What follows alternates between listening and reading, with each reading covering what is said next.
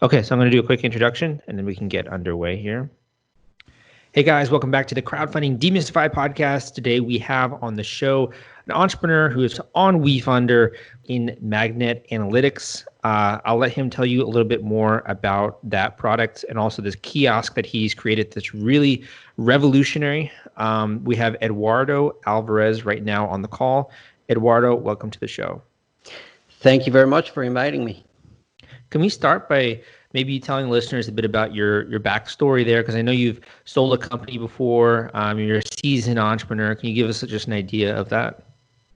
Yeah. So after college, well, actually, after a master's here in Boston, I started a company called Vigix, and it was based on my own experience in living downtown Boston, where retail is very expensive and hard to find, especially if you live in the high density expensive area where there are no big box stores, right? So you want to get some regular product that you would get in a Best Buy, and you have to drive to the suburbs and get it. So it was a painful experience that I started thinking about why that's happening. And those big box stores are not suited to serve high density areas. They are very inefficient. And so I started thinking about automated retail and what was out there in the marketplace, which were really ugly vending machines that you cannot really place in nice looking places like the lobby of a building or a premium train station like Grand Central Station. Because they look ugly and they have this stigma and they take a lot of space. So I set out to design, and I'm talking about my previous company, to design a small footprint automated retail kiosk where you can buy products that you need on the spot, not products that you go out to shop, products that you actually you suddenly realize that you need something on the spot. But you're about to board a train and there are no stores around, and that's the market that we're focused on. So Okay, go ahead. so when it comes to your your previous company there, how long were you growing this company? Did you exit it? Like what happened with that? Yeah, so with that company, I went through the regular traditional route of raising money, which is friends and family, angels, and VCs. And it was super painful in my experience because we were outside the scope of the Boston investment community in terms of the buzzwords. As you probably know, all of the established investors, they follow the fashionable buzzwords to invest. Sometimes it's green technology, sometimes it's biotech. And we didn't fit any of that. So it became really time-consuming and painful to convince them. And we did. We raised almost $5 million in that process. And but it took a lot longer than we expected. It took years to do that. And at the end, the dilution was so painful, and the legal burden that we put into the equity structure was, really not productive for anyone, any stakeholder. So it was not a good experience. But at the end, we created a platform, a technology platform. That previous company was just a technology platform, was not a retailer like the new one. And we ended up selling it to the market leader, which is the company that operates the Best Buy Express machines in the airports and other brands like that, because they were looking for a smaller footprint kiosk that could do the job for them. Go ahead. So this is kind of like the technology that powers the kiosk, right? The technology behind it. Correct, including the kiosk itself and the software, which is really the more robust part of the technology. The kiosk is just the tip of the iceberg. The real technology is in the analytics and the software behind what runs the network and the logistics, the supply chain logistics. I mean, it takes a lot to get a company off the ground, to do the raising money, to assemble a team, like all that stuff. So you really, I'm sure you experienced a lot. Is there one tip you can kind of share with the audience in terms of what you learned through that entire journey from starting it to selling it? Um, well, the first tip is try to develop or focus on why you're doing it, not what you're doing. Um, People respond to purpose and not to things or to what you're doing. If you have a higher purpose, they get excited. All stakeholders, including employees, and everyone gets a lot more excited when you tell them, look, we want to show how this is done properly. We want to strive for excellence. We want to be a lot more efficient than the established retail, as opposed to we want to make money, right? Or Yeah, definitely. How does this first company differ from what you're doing with MagNet Analytics? So after I sold the company, I went to work for the company that bought my company. It is based in San Francisco, and my commitment was to work for a year. And one thing that I realized is that in the U.S. there are no brands that would be prepared to run a large network of automated retail, which is what those two companies were looking for. The company that bought my previous company and the company we created. Our customers were the brands, and they were supposed to own and operate the machines, and we were just providing the technology. But there weren't big brands ready to do that in the U.S. It's a new market. So after my year in that company, I decided, I convinced them to help me start a new company, MagNet, to be the retailer, to be the owner and operator of the kiosks. And they helped me start the company. And the main difference is that we actually are the store, and we're vertically integrated with the technology. We took a long time to run pilots in the new company. And at the end, we had to develop a new generation technology after we found what was the right niche for us to grow. And we ended up developing the next generation of the technology, which is what we currently have. And essentially it's based on, the whole idea is to create a very small footprint kiosk that looks very good, that you can place in the VIP lounge of Air France or, Grand Central Station, something that looks really good, that people are proud to have it, and that it instills quality and excellence. Right. And the whole approach to the customer experience starts with that, and then with the user interface that makes it extremely easy and provides all of the information that you're used to have, such as images and reviews and videos of the product, and in a way that is very easy, intuitive, and quick to make a decision of $100 product. Yeah, totally. I mean, I see these all the time as well. Like, I think it'd be so convenient if you forget your headphones, right? You're in the airport, or you need to buy a charger. Like, it just makes a lot of sense to me. And there are always like these little stores in Manhattan where they're selling things, and like you don't even need a person there. Like, you could just have an automated kiosk to deal with a lot of these issues. Right. One At the question end I of had the for day, you go also ahead. was, so is this a subsidiary of like Zoom Systems, or is this a separate company? It's a separate company. It's it's my new startup. But they were helping us at the beginning. But Zoom themselves, they had to restructure the company, and they ended up having to focus on their big format stores. So we actually ended up parting ways, and so we are completely independent. Okay, makes sense. When it comes to this, I mean, there are a lot of other companies, obviously, that see this huge transition to automated buying, seeing this transition when it comes to buying patterns with e-commerce. What do you think is sort of your sticking out point? Because obviously you mentioned having some experience already in the industry. Are there any kind of points you think that are like a competitive advantage for you, if you will? Well, the future of retail is going to be a hybrid of online and physical retail, and this is exactly what we're doing with the machines. So, online retail is not really killing regular retail. It's just making it transform and making it seamless to, for example, buy a product on your phone and then pick it up in the closest kiosk. Um, and I'm not sure if I answered that question, but did that answer? Go ahead. When it comes to like how you stand out from other competitors, right, Oh, in the okay. industry. Yeah. Yeah.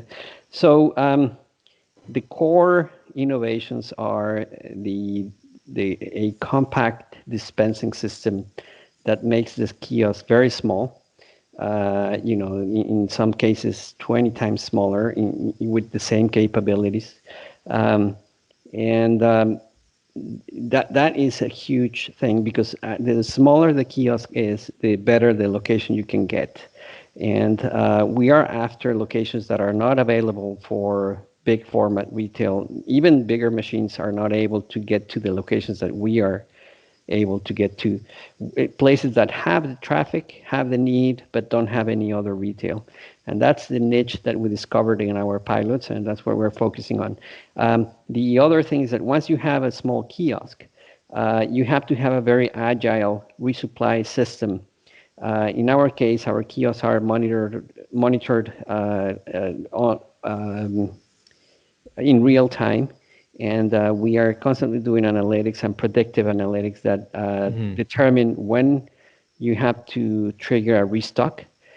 So the restocks are done by packing the product that you need specifically for each location. You send them via a courier service to the kiosk, and the product is inside a container, and the container just gets swapped in the field, and it takes 30 seconds to do that. Very cool. Very cool.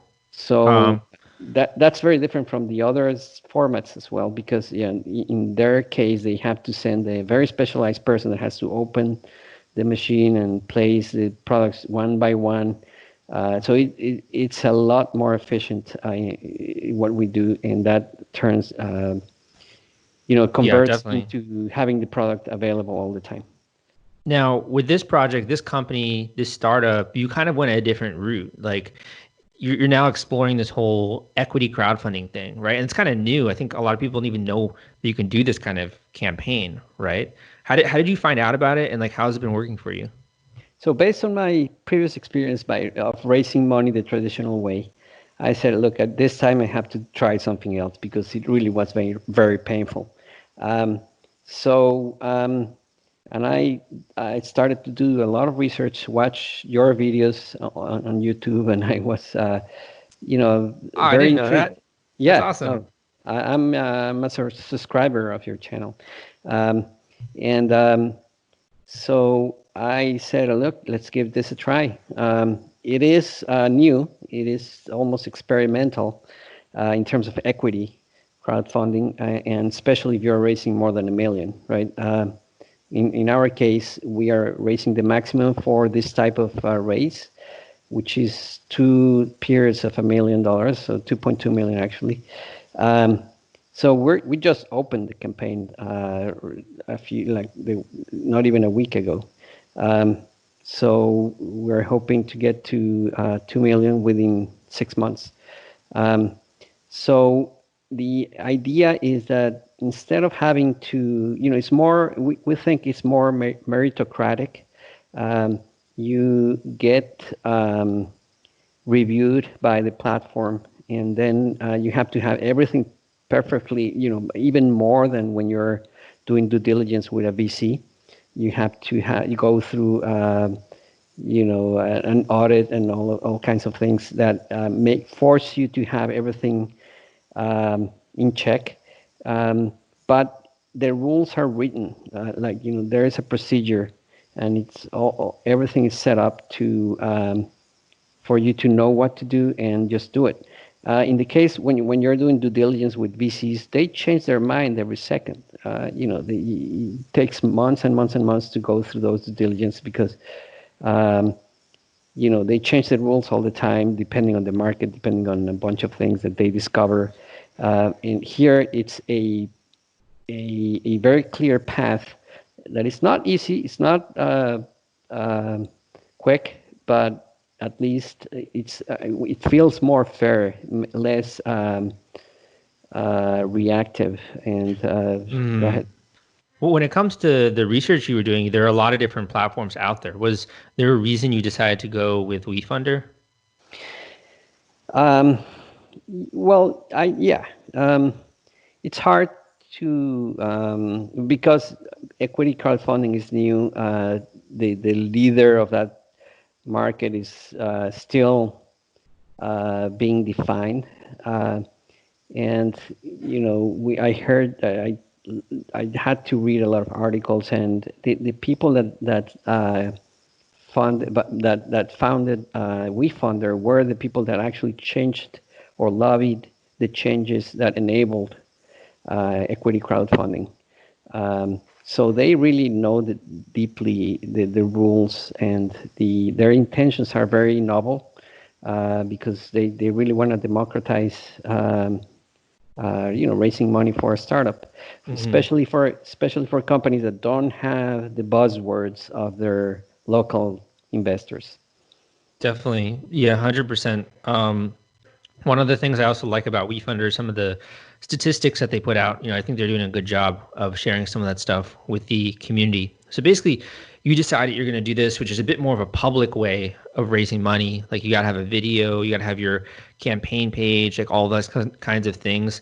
What were you doing in terms of like the marketing side of it to get ready for this launch? Because you've already, you're only open for a week, but you've already raised 27 grand. Like that's awesome. And I encourage people that are listening to the show to go and check it out and like watch the video. It's really professionally done. What were you doing with like the pre-launch before you went live here? Well, to be honest, that's one part that caught us off guard. I thought that once you got accepted into the platform, they would do everything else. Like all of the promotion and what we're learning is that we have to be a lot more proactive in terms of placing ads for the campaign in places like Facebook and LinkedIn. And that is something that we're just going to start doing. We have not done any of that. But when you want to raise a couple million, then you really have to bring out all of the tools you have to be able to do it. Essentially, we did all of the marketing materials in-house, the video and everything. And we still have not done anything, like engaging a PR firm or anything like that. However, they insist that it is not a bad idea, especially if you want to raise a lot of money, to engage with a PR firm that guide you through the process of targeting the right audience through Facebook ads and other places. When it comes to the investors thus far, are those people then from your network? Are they from Wefunder itself? Where are those investors coming from or discovering it? It's a mix.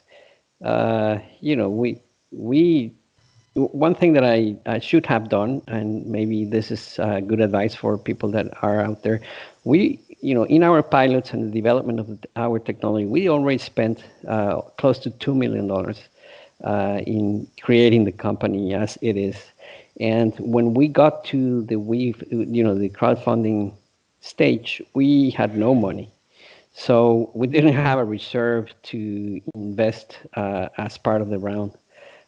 So most of what we have gotten so far is from investors that are discovering it through Wefunder, and they are coming, participating. And we have also participated a little bit. Our investors have placed some token investments, but the strategic investors that I had lined up for the round, they went, they paused as the situation right now with retail is not great, so they are in wait and see mode, and they might come in and start really filling up the round, but so far it has been more organic. When it comes to the initial investors, is there something like, do they get an early bird special of some kind Yeah. for being the first supporters? How does that work? Yeah, for the first 100,000, we are offering a much better valuation, which is 25% lower than the valuation after the first 100K. So yeah, and it is gonna run out pretty soon. So that's a really good deal. The other thing I really like is that there's like no obligation where it looks like unless you hit your goal, your initial goal, which is 50K, I think pretty reasonable. People, if they want to, they can get refunded. It's not until you can see that the round is really going forward and you're starting to gain steam that people are really becoming, a part of the foundation, right? Right. It is one of the platforms that has the a higher rolling closing limit. That some platforms allow you to take the money since the beginning, and here they say, look, we want to make sure that whatever you raise, you can do something with it, right? And they said the minimum you have to raise is 50K to be able to start using the money. So that's the limit. And before you hit the limit, anyone can just cancel their investment if they want. Okay, that's really cool. I mean, I think that takes a lot of like, if you're interested and you're not sure yet, you can still participate and kind of see where it goes, right? So I really like that because that's also pretty similar with like Kickstarter and these other types of crowdfunding platforms.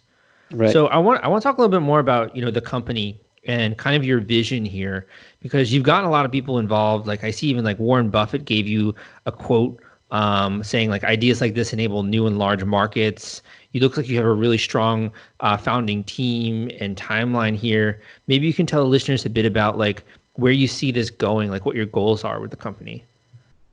Well, I in my mind, I think if you close your eyes and think of 10, 20 years from now, automated retail is here to stay, and it's in the U.S. We're just scratching the surface. If you go to China or Japan, it's like traveling to the future. You already see a lot of this, that much more than the U.S. And because it makes a lot of sense, not for every product, right? But for a lot of product categories, this makes a lot of sense because to begin with, automated retail, the way we do it, takes about 12% the resources per dollar sold than a regular big box store. The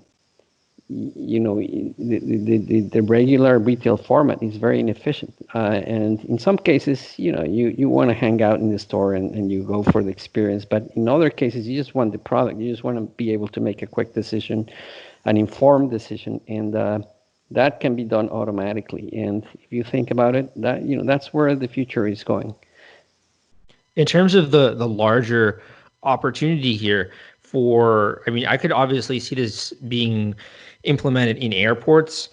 I could see it being implemented in subways. Sorry about that. I could see it being implemented in a lot of different places. So in terms of like the market size for this, what do you think it will be like? Do you think this could be, a $100 million company? Do you think this could be a really large company? What are your thoughts on that? We are convinced that we can create $1 billion company in 5 years. That would take a very aggressive deployment and capitalization of the company, but we think it's absolutely possible. But we have planned for many different scenarios. And are you generating revenue already with the company? Yeah, but we deployed pilots. We've been running pilots for more than 2 years to be able to get to the formula that we are focusing on right now. We've been running pilots where we tweak different, try different concepts, locations, marketing strategies, etc. And that's how we develop the next generation platform that we have today. And yeah, we do have some revenue from those pilots. And also so far we have generated more than $500,000 in revenue from those pilots, and also sponsorships like the one with Warren Buffett and Disney. Reading through, there's this thing called grapevine on the project. Like you can see what other investors are basically saying about it. So some people saying things like, if this company has a solid analytic to identify optimal product popularity and placement, is definitely something people like your strong IP. A lot of people like the vision that you actually have for the company. So it's really cool just to see. I think it's more interactive, right, with equity crowdfunding, where you can actually see why people are investing. Absolutely. And, by the way, the company is called MagNet Analytics because of the real value long term is going to be in the information that we get from the behavior of the customers using the kiosk, whether they buy or not. Once you have a network of 10,000 kiosks in the U.S. where that is, people are browsing through the kiosk and buying or not buying, that's information that you can use from that the brands can use to optimize their product offering, and also to make sure that you have what they're looking for at the right times, and also to react to seasonality. And for example, right now we are transforming our mix to include personal protection equipment, like sanitizing products and face masks in bundles that have different combinations of those products. Yeah, that's a great idea. That's so needed too right now. Right. So at the end of the day, what we're doing is vital product that you need on the spot. So I just have a few more questions for you here when it comes to your experience in entrepreneurship in general, because I think we got a pretty clear idea of what you're trying to do here with your vision. And we have a sense of why you're interested in equity crowdfunding, what that's been like for you so far, kind of where you're going. When it comes to like you as an entrepreneur, I mean, you already built a successful company, you sold that, now you're building a new one. To you, what is like the best thing that you are, I guess you say, what is your strongest skill set? Right? Like some people are salespeople, some people are marketing people, some people are good at creating teams. Like, what do you think your strongest skill set is? Resilience, consistency in what you believe in, because there are always going to be a lot of problems and a lot of reasons not to do, and just get going with it, and change it, adapt it to the reality, and don't get discouraged. So if you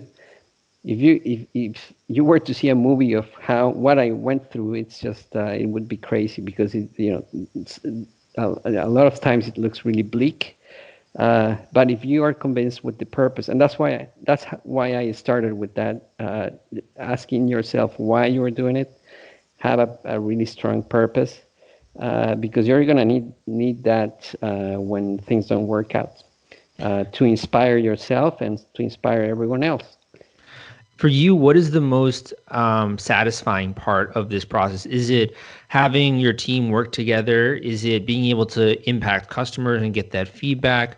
What are you guys, I guess, most passionate about when it comes to the entire process? Because you got to be about something, right, to get through all that. Yeah.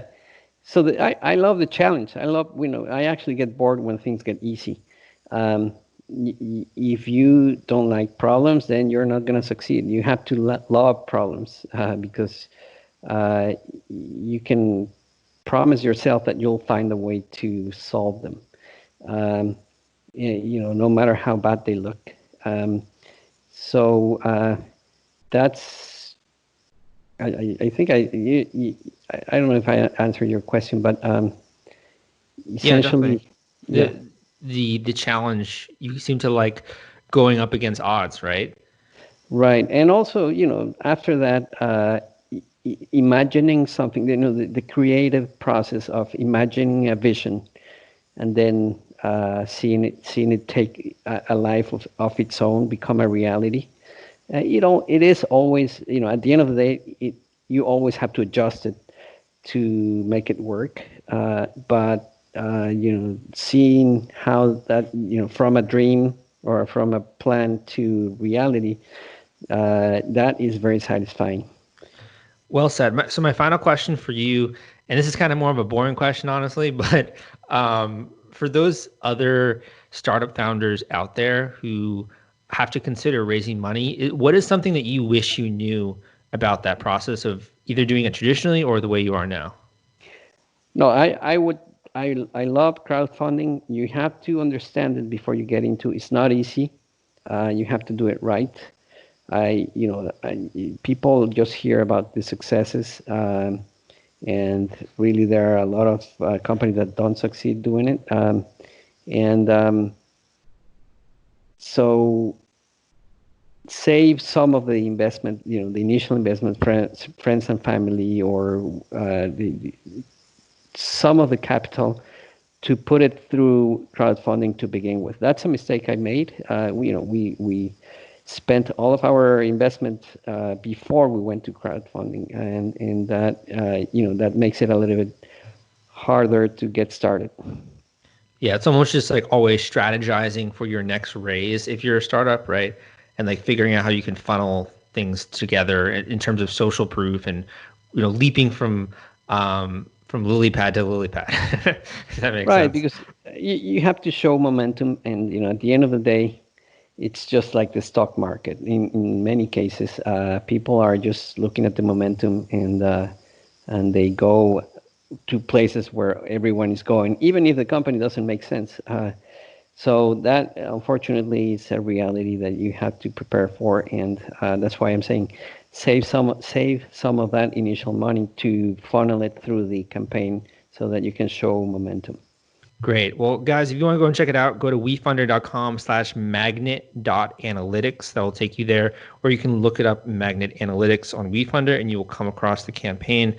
Thank you so much, Eduardo, for coming on the show. Also for watching my YouTube channel. Really appreciate that. And thanks for being a subscriber.